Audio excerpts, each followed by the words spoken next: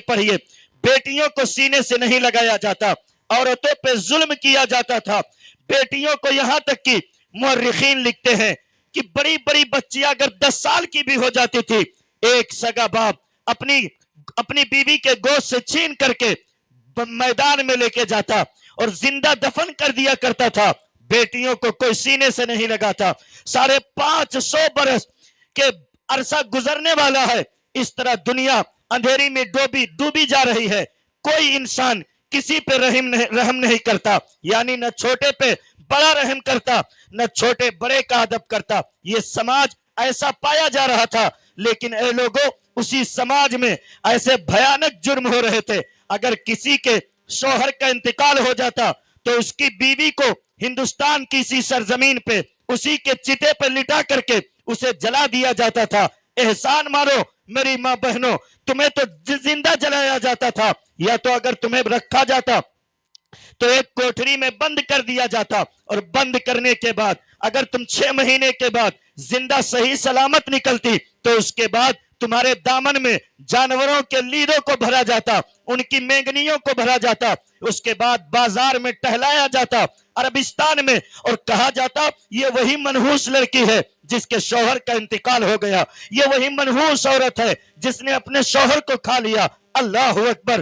کوئی غلاموں کو سہارا نہیں دیتا، کوئی انسانیت پہ رحم نہیں کرتا۔ یہ انسانیت، یہ دنیا، یہ سماج گناہوں کے دلدل میں، شراب تو لقمے لقمے پہ پی جا رہی تھی، شراب اس طرح پی جا رہی تھی کہ کوئی اسے اپنے ہر لقمے کے بعد شراب کو منہ لگا لیتا۔ اللہ اکبر! اگر آپ کی تاریخ بہت مضبوط ہے، اگر آپ نے تاریخ کو پڑھا ہوگا تو اسی ہندوستان میں اور پوری دنیا میں کئی باطل خداؤں کی پرستش کی جا رہی تھی۔ کوئی سورج کو خدا کہہ رہا تھا، کوئی چاند کو خدا کہہ رہا تھا، کوئی ستاروں کی پرستش کر رہا تھا، کوئی پتھروں کو خدا مان رہا تھا، کوئی جانور اور درخت کو اپنا خدا مان رہا تھا۔ یہاں تک کہ ہندوستان میں تقریباً 7 لاکھ ایسے معبودان باطل کی پوجا کی جا رہی تھی کہ وہ خدا نہیں تھے، چاند خدا نہیں، سورج خدا نہیں، یہ درخت خدا نہیں، سب اپنی مرضی سے صبح اٹھتے سورج کو نمستے کرتے، جب شام کو چاند نکلتا تو اس کی پرستش کرنے لگ جاتے۔ یہاں انسانیت اس طرح چرمرا گئی تھی کہ کوئی اپنے سینے سے لگانے کے لیے تیار نہیں تھا۔ اللہ اکبر! جب یہ بیوائیں اور یہ عورتیں سسکیاں لے کر کے رونے لگی، الہ العالمین ہمیں یہاں دنیا میں جینے کا ڈھنگ سکھانے والا کسی کو تو بھیج دے۔ بچیاں کہہ رہی تھی اے پروردگار عالم، ہمیں دنیا میں زندہ درگور ہونے سے بچانے کے لیے کسی اپنے اچھے بندے کو، کسی نیک انسان کو بھیج دے۔ یہ بیوائیں، یہ یتیم رو رہے تھے، یہ دنیا کے سارے سماج والے کہہ رہے تھے اے اللہ، ہمیں گناہوں سے کون پاک فرمائے گا، ہمیں گناہوں کے دلدل سے کون نکالے گا۔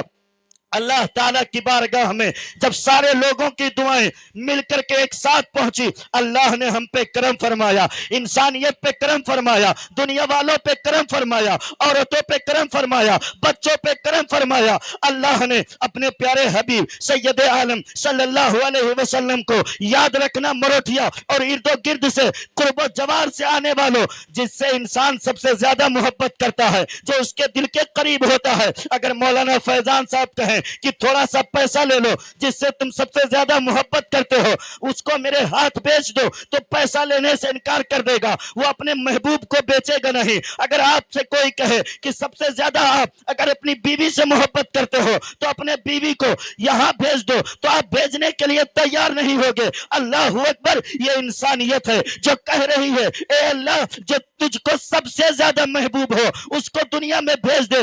اللہ جو سب سے زیادہ اس دنیا میں کسی سے محبت کرتا ہے تو اپنے پیارے حبیب سے محبت کرتا ہے، اپنے پیارے نبی سے محبت کرتا ہے۔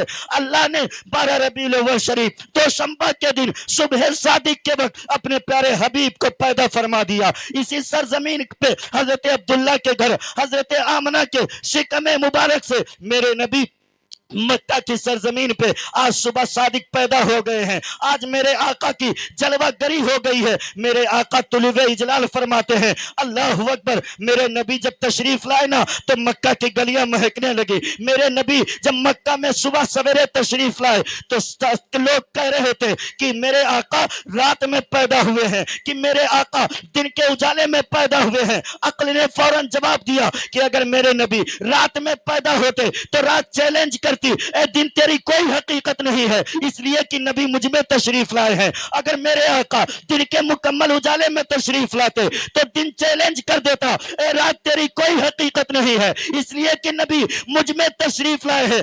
میرے آقا ایسے ماحول میں تشریف لا رہے ہیں کہ رات کا اندھیرا جاتے جاتے رخ مصطفیٰ کی زیارت کر لے اور دن کا اجالا آتے آتے میرے نبی کے چہرے کی زیارت کر لے.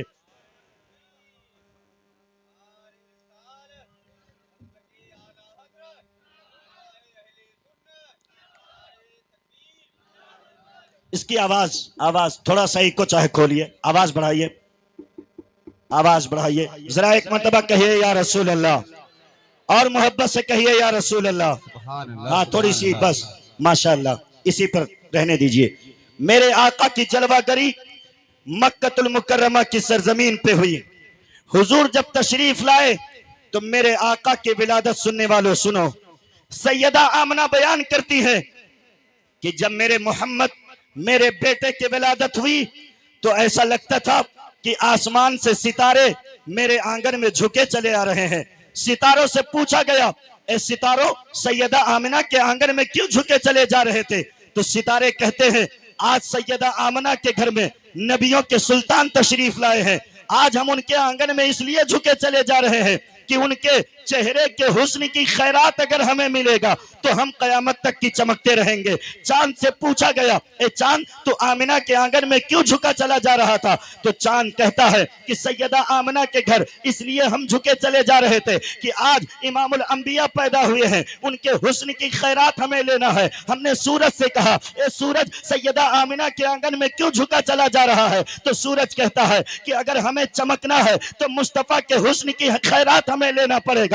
اللہ اکبر. اعلیٰ حضرت اپنی زبان میں کہتے ہیں اے دنیا والوں, یہ چاند و سورج یہ ستارے کیوں سیدہ آمنہ کے آنگن میں جھکے چلے جا رہے تھے؟ اس کی وجہ یہ تھی کہ صبح طیبہ میں ہوئی, پڑتا ہے پارا نور کا, صدقہ لینے نور کا, آیا ہے تارا نور کا. یہ نبیوں کے نبی پیدا ہوئے ہیں, یہ امام الانبیاء پیدا ہوئے ہیں. سیدہ آمنہ بیان کرتی ہیں کہ جب میرے بیٹے کی ولادت ہوئی ہے تو اتنا روشنی ظاہر ہوا, اتنا اجالا آیا کہ میں نے ملک شام کو دیکھ لیا, ملک شام کے محلات کو دیکھ لیا, ملک شام کے چراگاہوں کو میں نے دیکھا, اور ان چراگاہوں میں جو اونٹ چر رہے تھے میں نے ان اونٹوں کو بھی دیکھا, ان کے گلوں میں جو قلابے پڑے ہوئے تھے میں نے ان قلابوں کو بھی دیکھ لیا. اللہ اکبر. سیدہ آمنہ بیان کرتی ہے کہ جب میرے بیٹے محمد پیدا ہوئے تو پیدا ہوتے ہی زمین پہ اپنے سر کو رکھ دیا, اپنی پیشانی کو رکھ دیا. پہلی مرتبہ کہتے ہیں الحمدللہ, دوسری مرتبہ کہتے ہیں سبحان اللہ, تیسری مرتبہ کہتے ہیں اے مراٹھیا میں بیٹھ کر کے میرے نبی کا جلسہ سننے والوں, حضور کی ولادت کا ذکر سننے والوں, آج اللہ نے اگر تمہیں توفیق دیا ہے 2 وقت کا کھانا بھی کھاتے ہو, سر پہ ٹوپی بھی رہتی ہے, اچھے پہننے کے لیے اللہ نے کپڑا بھی عطا کیے ہیں, لیکن کبھی یہ نہیں ہوتا چلو فجر میں مسجد میں جا کر اپنے پیشانی کو جھکا کر کے اللہ کا شکر ادا کرے. اے پروردگار عالم, تو نے اپنا آخری حبیب دے دیا ہے. کبھی ظہر میں جا کر اللہ کی بارگاہ میں اللہ کا شکر ادا کرے. میرے آقا کی جلوہ گری ہوئی نا تو سیدہ آمنہ بیان کرتی ہے مراٹھیا والوں تم اپنے نبی کو کبھی نہیں یاد کرتے, لیکن میرے نبی ابھی پیدا ہوئے ہیں. جب اپنے سر کو سجدے میں رکھا, سیدہ آمنہ بیان کرتی ہے کہ میرے بیٹے نے پیدا ہوتے ہی اگر کسی کو یاد کیا ہے تو اپنے گنہگار امتیوں کو یاد کیا.